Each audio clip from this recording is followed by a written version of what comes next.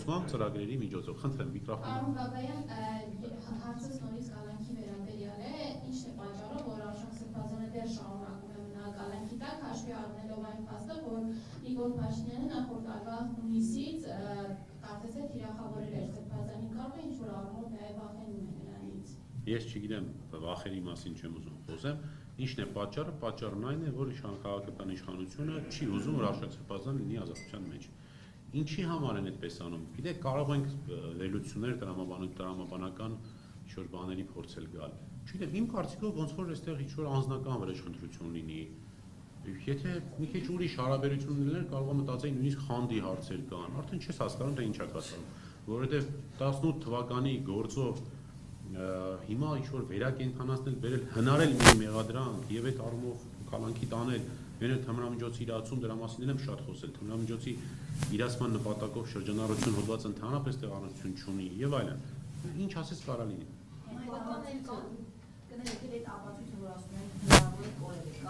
Քննիչը ինձ հայտնել է եւ թույլատրել է, որպեսզի դրա մասին հայտարարեմ, դեռ նախորդ անգամ էլ եմ ասել, որ ինքը զարմացած է, թե որտեղից այդ ինֆորմացիան։ Սկզբից ասեց զարմացած եմ, թե որտեղից այդ ինֆորմացիան, հետո ասեց չէ, ոչինչ բան չի կորել։ Ակում հարց ունենք։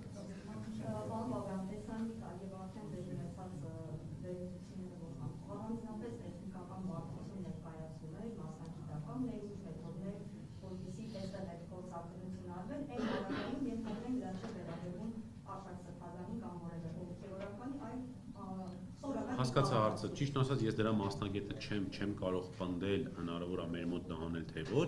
բայց կարծում եմ գոնե փորձ հնարավոր էր անել, նշանակել, թող փորձագետն ասել, որ չէ։ Ինքնին այն հանգամանքը, որ անգամ այդպիսի փորձաքննություն չի նշանակվել, ես ունեմ դրա մասին պաշտոնական հաստատում, որ չի նշանակվել։ Երբ որ հարցում եմ իրականացրել երկրորդ փորձաքննություն կա թե չէ, ասել են չկա։ Ինքնին որ չի նշանակվել, վկայում է իմ համոզմամբ այն մասին, որ քննչական կոմիտեում լավ էլ գիտեն, որ այդ տեսագրությունները կեղծ են։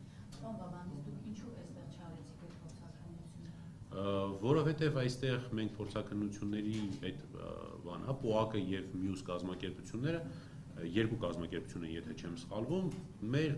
հաստաբանական փորձից ելնելով նրանք առանձին պատվերներ չեն ընդունում։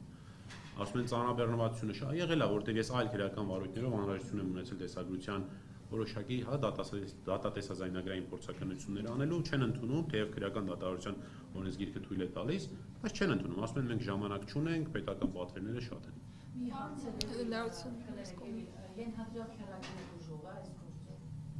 Չհասկացա։